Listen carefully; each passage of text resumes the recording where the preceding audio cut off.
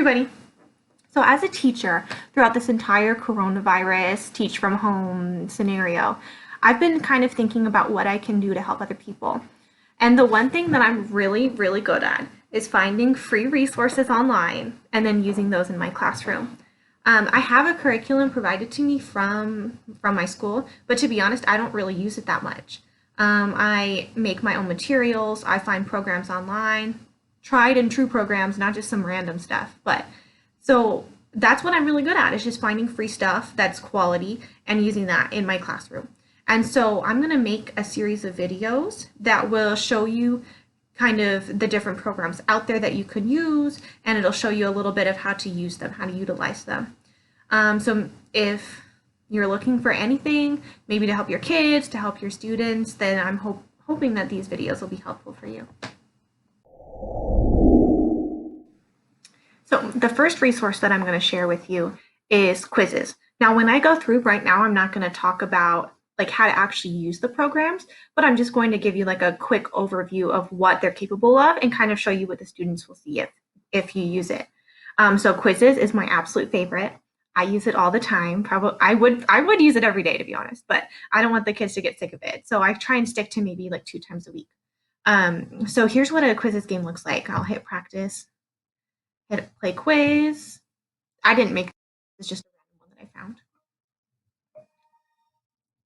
Okay, so the question will pop up. I'm dying to see that movie.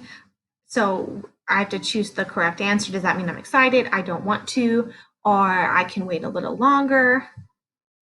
I choose my correct answer, and you'll notice this bar at the top, well, when the question pops back up. The quicker they answer the question, the more points they get. And then the bar at the top here will show you how much time you have left where you can still score points.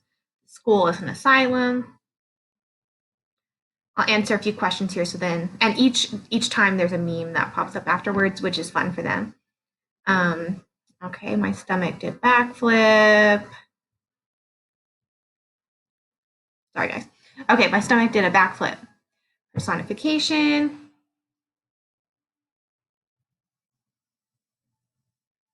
Trying to get a, here, let's just choose this one. Choose the wrong one. Just trying to get a power up.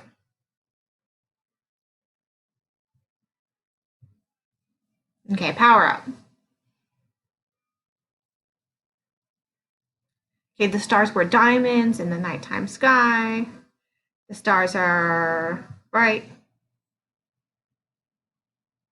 There we go. Okay.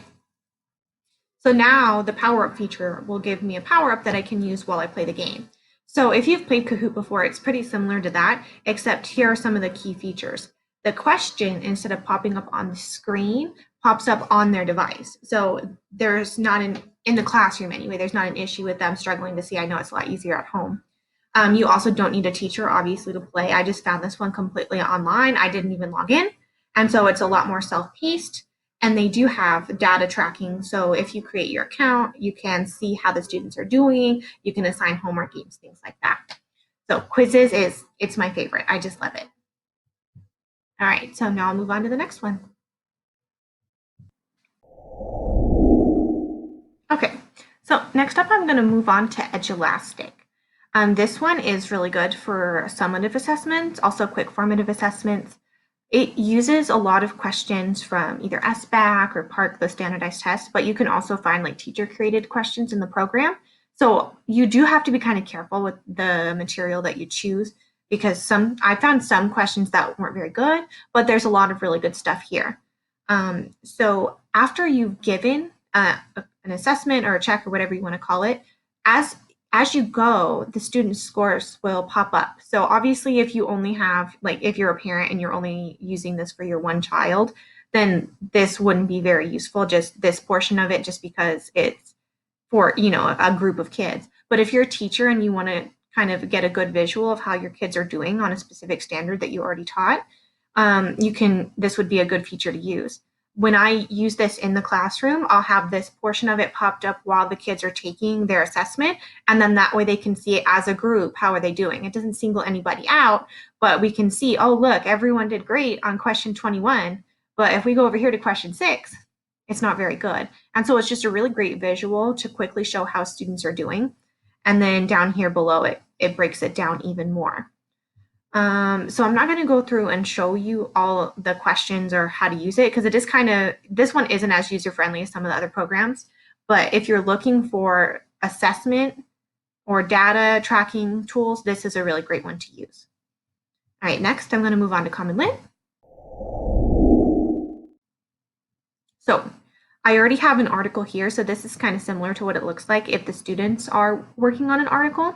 I don't think they have all these tabs up here, like they don't have the teacher's guide, but so whichever article that you choose, there are several features on here that I absolutely love.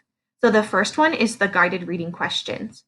So if you choose to enable the guided reading questions on whichever article you assign, let's see where it pops up. So this bubble here on the student view, anything below that bubble would be completely blurred out. They couldn't even read it until they answer this question correctly.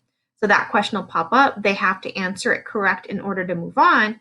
And then on the teacher dashboard, it shows you exactly how many attempts it took them to answer the question. So if they answered on the first try, you know that they were reading. If it takes them 4 tries to answer that question, then you know that they weren't reading like they should have been, or that they're just struggling. But usually it's because they're not reading like they should be. So yeah, those questions will be found throughout the text. They also have footnotes that students can click on to help them with their understanding. And then if you go over here, there is an annotation tool, but I have iPads in my classroom, so I don't really have much knowledge on it, but they can annotate. And then we've got our assessment questions. I like Common Lit better than Newsela. That's another popular one, but I like Common Lit better just because there are more assessment questions provided. Newsela, it's always 4 questions from what I've seen. And then you've got discussion. So there's a discussion aspect of it if you'd like to talk about it with your child or your students. And then let's go up here to related media. I really like this portion of Common Lit as well because it'll provide different videos or audio recordings. Oh, I have to log in, but okay, if I was logged in, there would be videos here or audio recordings that directly go with the text that I assigned. And then also the paired text is it's related to the same topic. Sometimes if you assign maybe a nonfiction, then it'll give you like a poem or a different type of text. So Common Lit is definitely my favorite of all the like reading platforms. I'm a reading teacher, but so you know. But there's also different science and history if you're a science or history teacher or if you're helping your child with science or history content. All right, next up, Khan Academy. This one, I never used this before the quarantine, but now that I have, I'm definitely going to incorporate it into my classroom like all the time. So I'm not that familiar with it yet because like I said, I did just start using it, but some of my kids are just flying through this stuff. They really like how it's laid out. So like this one, for example, it's just one of the units under the 7th grade beta reading and vocabulary. So the start of the unit is here and everything is just really user friendly. You've got the start of the unit, it introduces the topic, and it incorporates pictures, which I like, so it's not just a bunch of text. And then it'll give you questions incorporated in there. Click on something else. You can share everything to Google Classroom. It gives them poll questions. Well, wait, was that this one? Yeah, I might have been, with the poll questions, I might have been thinking of Actively Learn because I just started using that too. But they do provide questions for you. And so I do like this program and it's really easy for the kids to use on their own, I've noticed. And so I'm definitely going to keep using this one. All right. And then finally, my last resource that I'm going to include in this video is Next Gen Personal Finance. Now, if you're an elective teacher, like explorations, I have 1 period of explorations and I love Next Gen Personal Finance. Now it is geared more towards older kids like high school, but they do have middle school resources. And one thing that I really love is their arcade feature, which is what I'm going to show you right now. So if you just want to kind of give your kids like a brain break, or if you want to incorporate, maybe you're a math teacher and you want to incorporate things about money or percentages, this would be a good one to use. So the games that I've played on here, I've played Money Magic with my kids. I've played for types of credit, I've played Shady Sam. That one I didn't think the kids would like very much, but some of them absolutely loved it. Like they begged me to play it again. So for Shady Sam, they're like a loan shark and they have to try and swindle people out of money. And so that's why it's called Shady Sam. And so they're looking at percentages and they're trying to get the best deal, like the most money for being a shark. And so this one they absolutely loved, a lot of the boys especially. We've played the Uber game, so that one they're an Uber driver and they have to like support their two kids and make their mortgage payment while being an Uber driver, and so that one's pretty fun too. And then Cat Insanity, that one's probably the least like rigorous or academic. It's the most fun, but it's the least rigorous. And the point of the game is it just kind of it goes along with managing credit and it shows them how, yeah, you might have, a little bit on a credit card here, a little bit there, but after a while those cats they add up and it kind of spins out of control. So this one's the least academic, but it's also a lot of fun. So if you just want like a brain break or something for your kids, then this would be a good option. The other ones are definitely more, you need more math skills to play them for sure. We were going to try Credit Clash before I was going to say the break, but before the quarantine, but we never really got to that one. So yeah, there's so many resources on Next Gen Personal Finance. It's not just this.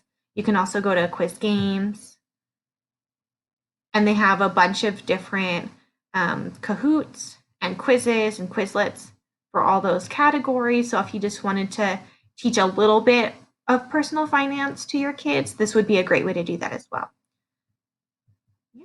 And so that pretty much wraps up my 5 top favorite free resources. If you have any questions about any of them, just let me know and I'd be happy to help you. See you later.